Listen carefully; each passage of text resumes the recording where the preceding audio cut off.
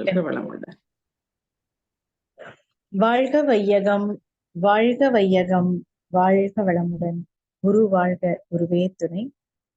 அத்தந்தை அவர்கள் சுக்குமமாக நிறைந்து இன்றைய சிந்தனையை பயன்படுத்தி தருவார். சிந்தனையை, உடல் நலத்தை சீரமைத்து உய்வித்த குருவே வாழ்க. இறைவணக்கம், குருவணக்கம் பாடிய சுகந்தி அம்மா அவர்களுக்கும், இதை ஒருங்கிணைத்துக் கொண்டிருக்கும் நகலேஷையா அவர்களுக்கும், நேசமலர் அம்மா அவர்களுக்கும், பாகிரதி அம்மா, இங்கே வருகை புரிந்திருக்கும் அனைத்து சான்றோர் பெருமக்களுக்கும் மனமார்ந்த நன்றிகளையும், வாழ்க வளமுடன் என்ற வணக்கத்தையும் வாழ்த்துக்களையும் கூறி இந்த சிந்தனையை தொடர்கிறேன். 80லிருந்து 8 வரை அப்படிங்கிற தலைப்பு கொடுத்திருக்காங்க. என்னடா இது 80லிருந்து 8 வரைக்குமா? 8லிருந்து 80 வரைக்கும் மகரிஷி உடற்பயிற்சி கொடுத்திருக்காங்க. 80லிருந்து 8 ரிவர்ஸ் ஆர்டர்ல ஏன் கொடுத்தாங்க அப்படின்ட்டு ஒரு கேள்வி எல்லாருக்குமே தோணும் இல்லையா? அப்ப 80 அப்படின்னாலே அது ஒரு முதுமை அப்படிங்கிற ஒரு எண். 8 அப்படிங்கிறது சிறுவர் சிறுமியர் விளையாடக்கூடிய குழந்தை பருவம் அப்படின்னு வச்சுக்கலாம். 8 அப்படின்னா ஆல்பா லெவல் அப்படின்னு நினைச்சுக்கலாம். சோ இதெல்லாம் நமக்குள்ள தோணக்கூடிய எண்ணங்கள். இப்ப 80லிருந்து 8 வரை அப்படிங்கும் போது முதுமை அப்படிங்கிறது எப்படி இருக்கு அப்படின்னு ஒரு பார்வை பார்க்கலாம். முதுமை பத்தி மகரிஷி ஏன் ஏற்படுது அப்படின்னு சொல்றாங்கன்னா, பூமியினுடைய சுழற்சியினால மனிதனுடைய செல்கள் பூமியின் மையத்தை நோக்கி இழுக்கப்படுது கிராவிட்டினால.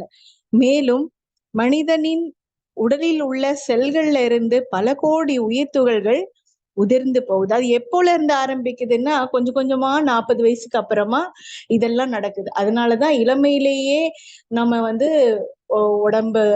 உடற்பயிற்சி சேர்ந்து அப்புறம் உணவை அளவோட சாப்பிட்டு நல்ல சிந்தனை, நல்ல செயல், ஒழுக்கமான செயல்கள், அறச்செயல்கள், எல்லாரையும் பிறரை மதித்து வாழக்கூடிய செயல்கள் எல்லாம் செய்தோம் அப்படின்னா பின்னாடி இந்த முதுமையை ரொம்ப சுலபமாக கடக்கலாம். உமா ஸ்ரீகாந்த் அம்மா அழகா சொல்லியிருந்தாங்க. சோ நாங்க திரும்ப அதுல டச் பண்ண வேண்டாம்னு பாக்குறேன். சோ முதுமை அப்படின்றது என்ன அப்படின்னா, ஒரு பழுத்த பழம் நிறைவாக வாழ்ந்ததற்கான ஒரு அடையாளம்.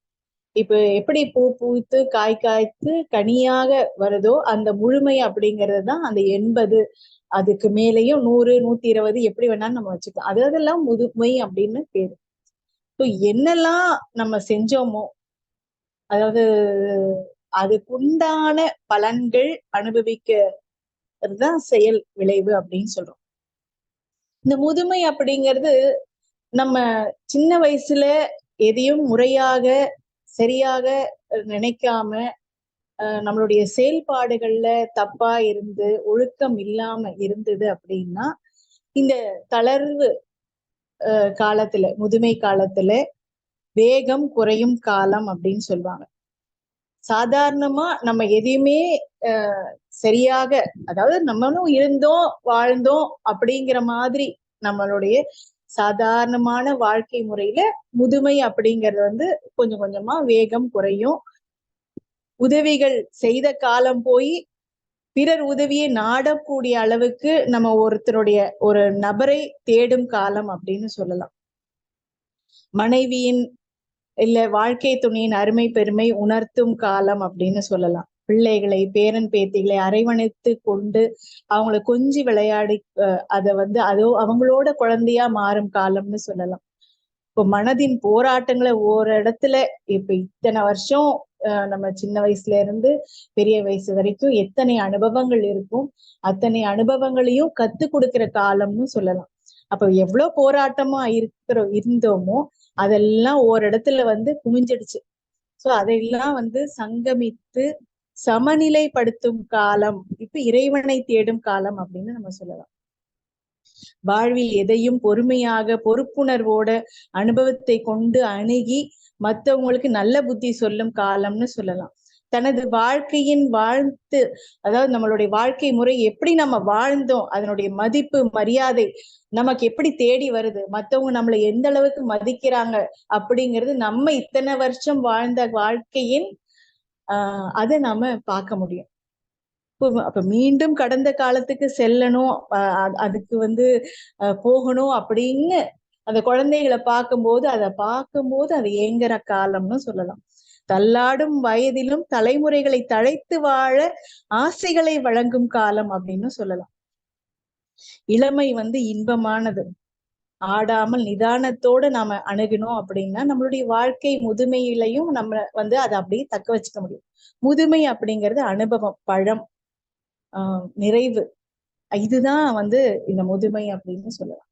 சரி, 80 அப்படிங்கறது நம்ம இவ்வளவு விஷயங்கள் முதுமையில அவங்களுடைய அனுபவங்கள், ஒருத்தருக்கு ஒருத்தர் வாழ்க்கை துணையோட இருக்கிற பட்சத்துல அவங்க ஒருத்தருக்கு ஒருத்தர் நாடி உதவி அன்பு செய்து கொள்ளும் காலம் அப்படின்னு சொல்லலாம். இப்ப குழந்தை பருவம் அப்படின்னா சிறுவர் சிறுமிகள் துருதுருப்பா இருப்பாங்க. மழலை சொல் பேச அவ்வளோ எந்துவா இருக்க முடியும். இப்ப அவங்க கிட்ட பணத்தை கொடுத்தா தட்டி விட்டுருவாங்க. இதே பலூனோ சாக்லேட்டோ அந்த மாதிரி கொடுத்தா ஆசையா வாங்கிப்பாங்க. பிடித்த விஷயங்களுக்கு பிடிவாதம் செய்வாங்க பிள்ளைங்க, வாதம் செய்ய மாட்டாங்க. இப்ப இந்த இனிப்பு எது, அதாவது நெருப்பு எது அப்படின்ற ஒரு வித்தியாசம் தெரியாது பிள்ளைங்களுக்கு. அழ தெரியும், அழ வைக்க தெரியாது. விழ தெரியும், விழ வைக்க தெரியாது. இந்த மாதிரி குழந்தைங்களுடைய செயல்பாடுகள், சிரிக்க தெரியும், சிரிக்க வைக்கவும் தெரியும். யாரையும் சிரிக்க வைக்க தெரியாது. இப்ப வளைந்து கொடுக்கும் மனம் அப்படிங்கிறது 5ல் உடையது. அப்ப 5 வயதிலிருந்து அதாவது 5ல் வளையாதது 50ல் வளையுமா அப்படின்னு கேட்டா, ஏன் இந்த சின்ன வயசு மகரிஷி தேர்ந்தெடுக்கிறாங்க அப்படின்னா, பின்னாடி நம்மளுடைய வாழ்க்கை முறையே தவறாக முறை இல்லாம வாழ்ந்திருந்தோம் அப்படின்னா எந்த காலத்திலையும் நம்ம பணிஞ்சு போக முடியாது. அந்த ஈகோ, அந்த வெறுப்பு, கவலை, துன்பம், இந்த மாதிரி அத்தனை விஷயங்களும் பெரியவங்களுக்கு அது நான் எதுக்கு மாறணும், எனக்கு அந்த அந்த ஈகோ அப்படிங்கிறது இருந்துகிட்டே இருக்கும். அந்த பிடிவாத குணம் அதிகமாக இருக்கும். இதே சின்ன வயசுல இருந்தே அன்பு, ஒத்துமை, விட்டு கொடுத்தல், தியாகம், சகிப்புத்தன்மை அப்படிங்கிறது சின்ன பிள்ளைங்களுக்கே நல்ல விஷயத்த சொல்லி கொடுத்து வளர்த்தா கண்டிப்பாக 5ல் வளையாததும் கூட 5ல் வளையக்கூடியதும் 50ல் வளையும். இப்ப 5ல் வளையாதது 50ல் வளையாது அப்படின்னா மனவளக்கலையால கண்டிப்பாக 50லும் வளைய முடியும். எப்போ அப்படின்னா நம்மளுடைய வாழ்க்கை முறைய அழகாக வாழ்ந்திருந்தோம் அப்படின்னா கண்டிப்பாக வளைய முடியும். எக்காலத்திலையும் அதான் நம்ம மனசுதான் எல்லாத்துக்கும் காரணம். மனமது செம்மையானால் மந்திரம் ஜபிக்க வேண்டாமேன்னு அகத்தியர் சொல்றார். அந்த மாதிரி நம்மளுடைய செயல்பாடுகள் இனிமை மிக்கதாக, இன்சொல் மிக்கதாக, மரியாதை இருக்கக்கூடியதாக இருந்தா கண்டிப்பாக அது எல்லா வயசுலயும் ஃபிளெக்சிபிளா இருக்கும். நம்மளுடைய மைண்ட் செட் தான் எல்லாத்துக்கும் காரணம். நாங்க விஎஸ்பியில பார்த்திருக்கோம். வேதாத்திரி கிராமத்துல நம்ம பயிற்சி செய்துட்டு வந்தவங்க, குச்சியோட வந்தவங்க குச்சி இல்லாம நடக்கிறாங்க. முட்டி வலின்னு கீழே உட்கார முடியாதவங்க கீழே உட்கார்றாங்க. 60 வயசுல உள்ளவங்க கண்ணாடி போட்டுட்டு இருந்தவங்க கண்ணாடி இல்லாமன்னு படிக்க முடியுது, பார்க்க முடியுது. இதெல்லாம் நாங்க நேரா அவங்களுடைய உடற்பயிற்சி செய்ததனுடைய பலன் அவங்க அந்த 12 நாள் கோர்ஸ், ஃபவுண்டேஷன் கோர்ஸ்லயே இவ்வளவு டிஃபரன்ஸ். இப்ப ஸ்டூடெண்ட்ஸ் கேம்ப் எடுத்துக்கிட்டா ஸ்டூடெண்ட்ஸ் கேம்ப்ல பண்ணவங்க இர்ரெகுலர் பீரியட் இருக்கிறவங்க, பாலிசிஸ்டிக் ஓவரி இருக்கிறவங்க, ஃபைப்ராய்டு இருக்கிறவங்க அத்தனை பேருக்கும் அந்த அந்த நல்லபடியாக அந்த இர்ரெகுலரா இருக்கிறவங்க கூட ரெகுலர் பீரியட்ஸ் வருது. ஏன் அப்படின்னா பயிற்சிகள் காரணம். என்ன பயிற்சி? காயக்கல்ப பயிற்சி, உடற்பயிற்சி, நம்மளுடைய அகத்தவம், அகத்தாய்வு பயிற்சி. சோ இத்தனை பிரச்சனைகளும் நோய்களையும் நமக்குள்ள இருக்கக்கூடிய ஆற்றலை பெருக்கிக்கிட்டா, நமக்குள்ளேயே டாக்டர் இருக்காங்க, பார்மசி இருக்கு. நமக்கு என்ன தேவை அப்படின்றது இயற்கையாக நமக்கு அளித்திருக்கு. ஆனா அதை நாம உணர்றதே இல்லை. ஏன் அப்படின்னா நம்ம அப்படியே வாழ்ந்துட்டோம். அதாவது இயற்கையை பத்தின ஒரு விழிப்புணர்வோ, அதுதான் நமக்கு இறைவன் அப்படிங்கிறது தான் இயற்கை. அப்போ அந்த இயற்கை இறைவன் அப்படிங்கறது சுத்தவெளிதான். அந்த ஆற்றல் எல்லா இடத்துலயும் காந்தமாக இருக்கு அப்படிங்கறத நம்ம அண்டர்ஸ்டாண்ட் பண்ணிக்கிட்டோம்னா போதும். சோ இதை ஈர்க்கறதுக்கு உண்டான தகுதியை நாம வளர்த்துக்கணும், அவ்வளவுதான். இயற்கையினுடைய அன்பும் கருணையும் வற்றாயிருப்பு, பேராற்றல், பேரறிவு, காலம் இத்தனையும் நம்ம கிட்ட இருக்கிறத இறைவன் வேற நாம வேற இல்லை. இறைவனுக்குள்ள இருக்கக்கூடியது அத்தனையும் மனிதனுக்குள்ளும் இருக்கு. 6ஆம் அறிவா இருக்கு.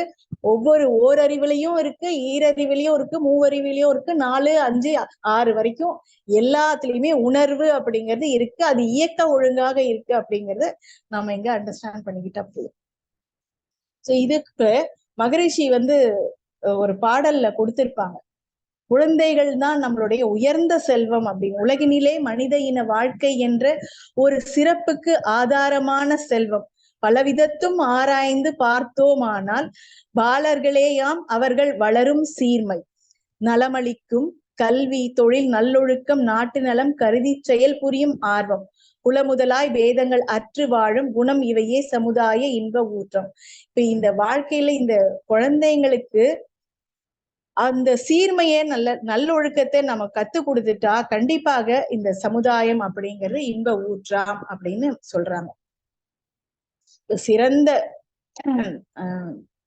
வயது வந்தவர்களிடம் சீர்திருத்தம். இப்ப சின்ன குழந்தைங்களுக்கு இது கொடுத்துட்டோம்னா கண்டிப்பாக சமுதாயம் சீர்திருத்தம் ஆயிடும். வயது வந்தவர்கள்கிட்ட இப்போ மாத்துங்க, உங்களை மைண்ட் செட்டை மாத்திக்கோங்க அப்படின்னா மாத்த முடியாது. ஏன்னா அவங்க அப்படியே பழகிட்டாங்க. அந்த பழக்கத்துல வந்தவங்களுக்கு எந்த இடத்துல சில இடத்துக்கு பிளெக்சிபிளா இருப்பாங்க, சில இடத்துல பிளெக்சிபிளா இருக்க முடியாது. சோ அப்படி உள்ளவங்களுக்கு எப்படி சீர்திருத்தம் வேணும் வரணும் அப்படின்றது மகரிஷி எப்படி சொல்லியிருக்காங்கன்னா, வளர்ந்தோரை சீர்திருத்தி மாசு அற்ற வாழ்வதனை அடைவதெனில் அரிது ஆகும். வளர்ந்தோரை திருத்துவதற்கே மதங்கள் எல்லாம் வழிவகுத்தது. என்ன வழிவகுத்தது? அறம், இறை உணர்வு இதுதான் கொடுத்தது. வழிவகுத்தும் போதித்தும் பயனோ சொற்பம். ஆனா இத்தனையும் இருந்தாலும் அதனுடைய பயன் அப்படிங்கிறது ரொம்ப கம்மிதான். இப்ப வளர்ந்தோர்கள் புலன்கள், கருத்து, உடல் இயக்கம் வாழ்ந்த வழக்கத்தை போ வெற்றி கிட்டா. இதனால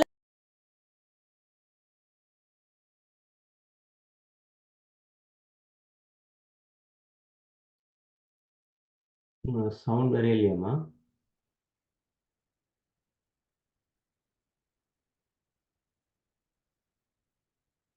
வாழ்க வளமுடன்.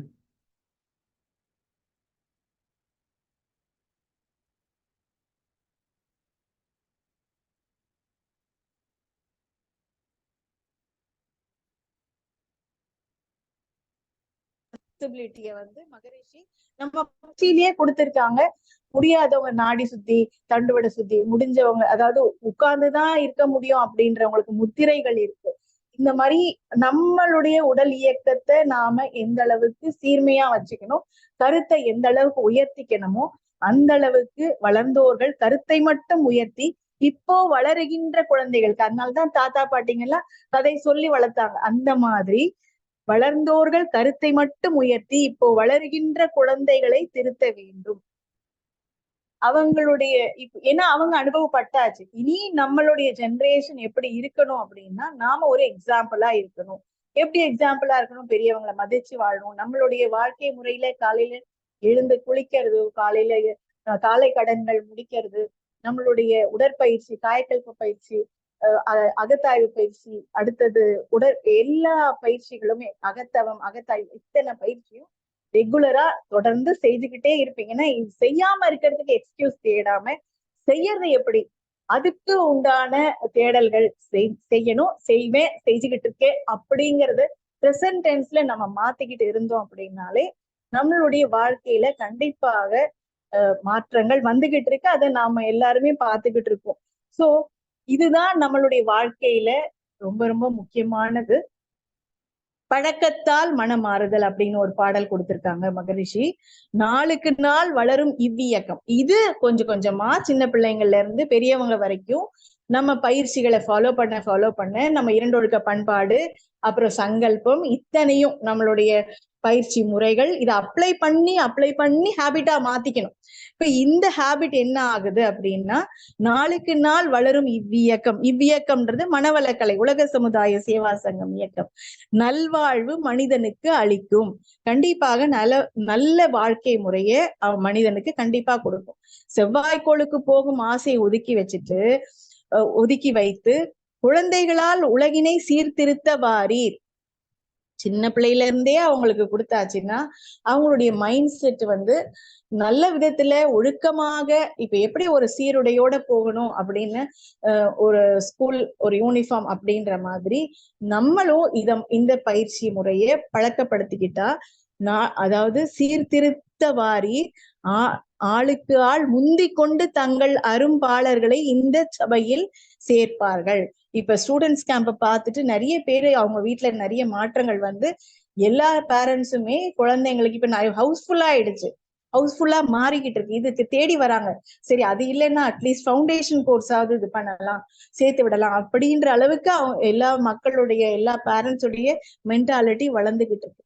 சோ அரும்பாளர்களை இந்த சபையில் சேர்ப்பவர்களுக்கு உரை போல குழந்தைகளுக்கு வளரும் காலம் காப்பு வலுவாய் செய்வோம். இதுதான் நாம செய்யக்கூடிய பழக்கம், வழக்கம், ஒழுக்கமாக இருக்கும் அப்படின்னு நம்புறேன்.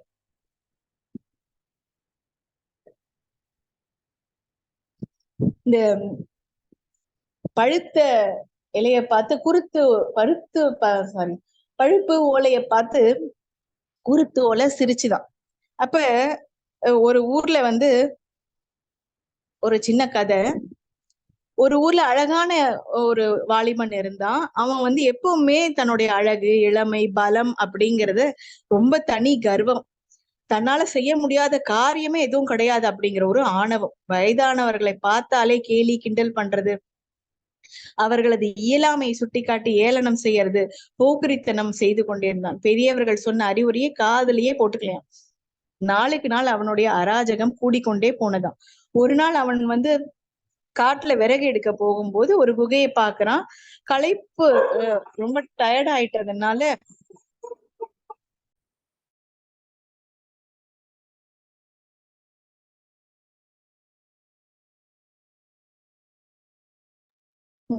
ரொம்ப டயர்ட் ஆயிட்டதுனால அவன் வந்து இளைப்பாறதுக்காக அந்த குகைக்குள்ள போறான். போய் நல்லா தூங்கிடுறான். தூங்கி எழுந்த உடனே விறகுகளை எடுத்துக்கிட்டு வீட்டை நோக்கி நடக்கிறான். நடையில கொஞ்சம் தள்ளாட்டம் தெரியுது. காலையில இருந்த தெம்பும் உற்சாகமும் இப்ப இல்லையே, என்ன காரணம் அப்படின்னு யோசிக்கிறான். எப்பவும் நடந்து போற பாதையில இவ்வளவு வித்தியாசமா இருக்கு. பாதைய தவறி மறுபடியும் இருந்த இடத்துக்கே வந்து சேர்ந்தான். பொழுது சாஞ்ச நேரம் அலைந்து தெரிஞ்சதுல தாகம் எடுக்க பக்கத்துல இருந்த ஓடையை நோக்கி போறான். ஒரு தெளிந்த நீரோடையை நோக்கி குனிந்தவனுக்கு அதிர்ச்சி. அவன் தோற்றமே டோட்டலா மாறி போயிருந்துச்சு. இளமை துடிப்போடு இருந்தவன் முகத்தில் இப்போது ஒடுக்கு விழுந்து நரை கூடி இருந்துதான். கண்களை சுற்றி கருவளையம், முதுமை கூடி கிட்டத்தட்ட 70 வயசு கிழவனை போல இருந்தான். தூங்கி எழுந்தவன் எப்படி இப்படி மாறி போனான் அப்படின்னு, என்ன நடந்தது அப்படின்னு புரியாம பித்து பிடிச்ச மாதிரி இருந்திருக்கான். அப்போ அந்த பலமான காற்று ஒண்ணு வீசுச்சு. அப்ப அங்க ஒரு வேப்ப மரம் சலசலத்து சிரின்னு சிரிச்சுக்கிட்டு இருக்கு. உடனே, என்ன யோசிக்கிறாயா மனிதனே, குகைக்குள்ள இழப்பார போன நீ 40 வருஷம் கழிச்சு முழிச்சிருக்க, என்ன நடந்தது என்ன அப்படின்னு நடந்ததை சொல்லி அவன் தலையில இடியை இறக்கிச்சான்.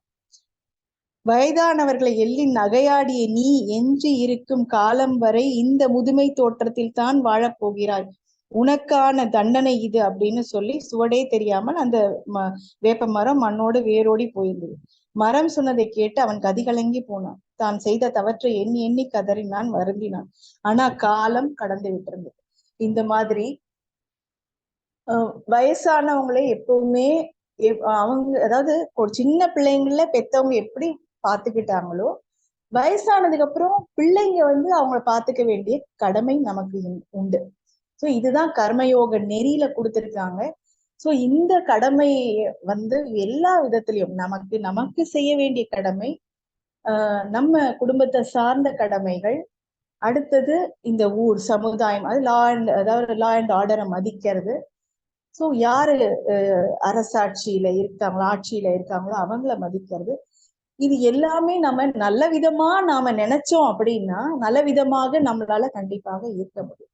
சோ மகரிஷி என்ன சொல்றாங்க அப்படின்னா, இந்த உடல் நலம் அப்படிங்கிறது கருவமைப்பு, எண்ணம், செய்கை, கோள்களின் சஞ்சாரத்தில் அமையும் நிலை, சந்தர்ப்ப மோதல். இந்த காரணத்தினால உடல்ல வந்து நிறைய ரசாயன வேறுபாடுகள் நமக்கு இருக்கு. இத்தகைய வேறுபாடுகள்னால உடல்ல உள்ள அணுக்களோட விரைவு, அதாவது எலக்ட்ரான், புரோட்டான், நியூட்ரான் அப்படின்னாலும் எலக்ட்ரானுடைய விரைவு தான் அதிகமாக இருக்கும்னு சொல்லி நான் கேள்விப்பட்டிருக்கேன். சோ அதன் பயனாக உடலில் அவற்றில் விகிதாச்சாரம், வேக வேறுபாடு, அந்த ரேஷியோஸ் கூடும் அல்லது குறையும்.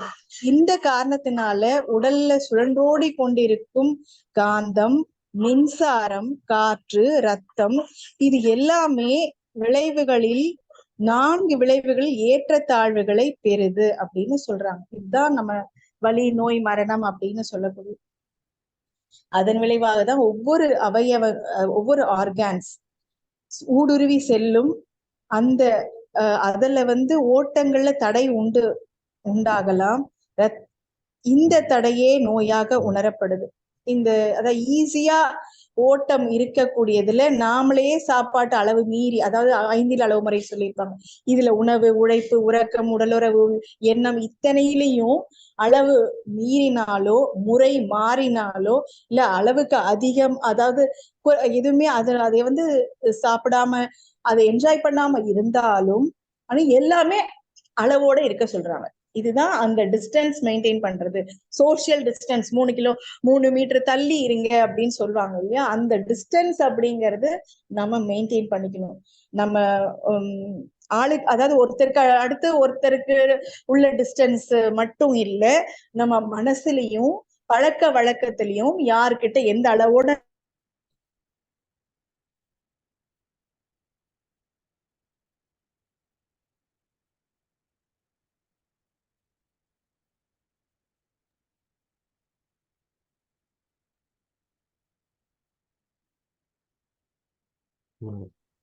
சத்தம் வரவில்லை.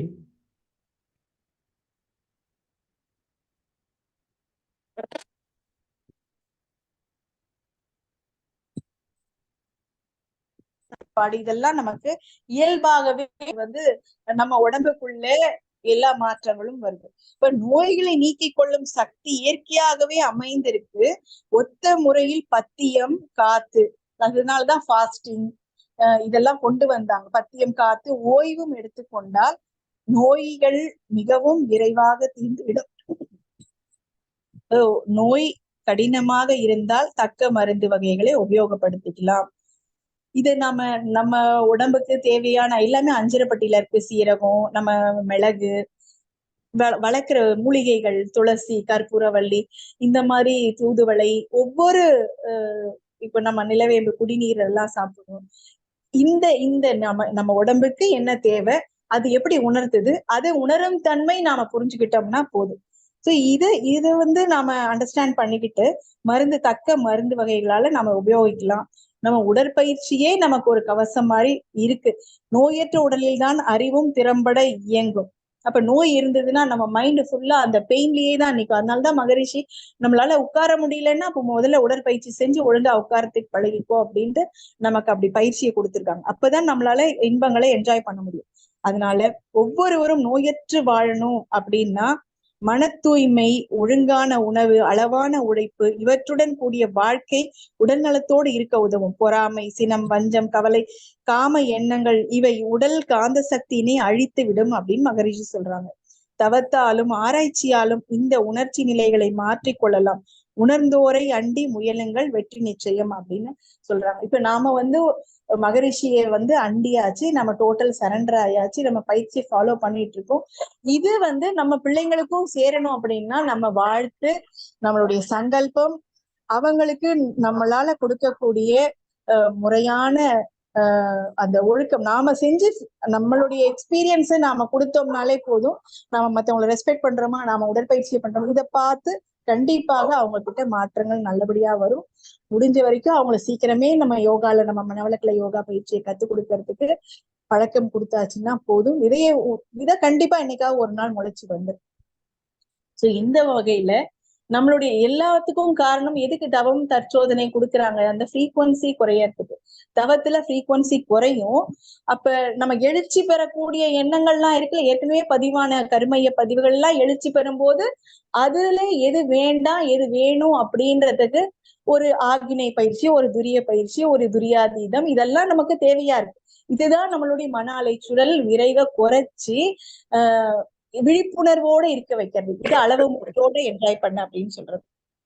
சோ இதுதான் நமக்கு தேவை. இந்த வகையில இந்த 80 வரை முதுமையிலிருந்து குழந்தை பருவம் வரை இப்ப அவங்களும் குழந்தை மாதிரி என்ஜாய் பண்ணணும் அப்படின்னா நம்ம பயிற்சிகளை முறையாக ஃபாலோ பண்ணணும், அளவு முறையோட இருக்கணும். ஒழுக்க பழக்க வழக்கங்கள் தான் இம்பார்ட்டன்ட்.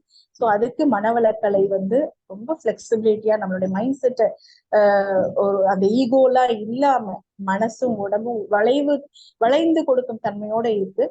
ஸோ இதை நாம புரிஞ்சுக்கிட்டு நம்ம பயிற்சியை முறையாக செய்தோமானால் கண்டிப்பாக நாம எல்லா காலத்திலும் 80 ஆனாலும் சரி 8 ஆனாலும் சரி என்ஜாய் பண்ண முடியும் அப்படின்னு சொல்லி இந்த அளவுல இந்த சிந்தனையை நிறைவு செய்து கொள்கிறேன்.